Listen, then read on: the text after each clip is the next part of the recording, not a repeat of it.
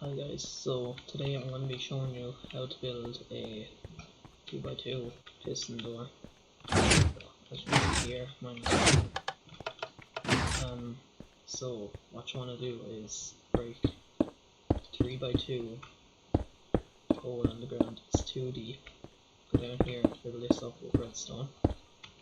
Then on either side, right in the middle, you want to come out two, then come out another one on the top layer, another block, and place a redstone torch on either side.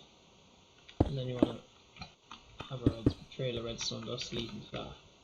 And then you want to place a block on top of each redstone torch and place redstone dust. Now this redstone torch is to keep the redstone dust activated until this down here is activated by something. So as you can see, if I place a redstone torch there, these turn off, which deactivates the redstone dust. So now what you want to do is place a piston, two sticky pistons on either side, like that, and then place whatever block you want in between. I'm using glass just because it's easier to see how everything works that way. Actually, I'll make the floor out of glass as well. And then what you do is just cover everything up whatever way you want, whatever block, just to make it look nice. Not as ugly as this one looks, but you know, I'm just doing this so you can see it better.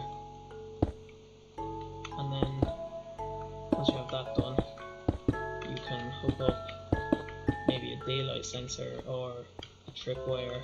I'm using pressure plates here. You can hook them up to that. So that, watch. Yes. Oh wait, no, sorry. Do that. So that when you stand on the pressure plate, it activates that. And then there's more on the other side.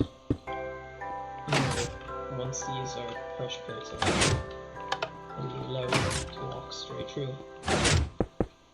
So hope you liked the video. Hit that like button if this was helpful, and if you have any problems with it, let me know in the comments and I'll try and help you out with those.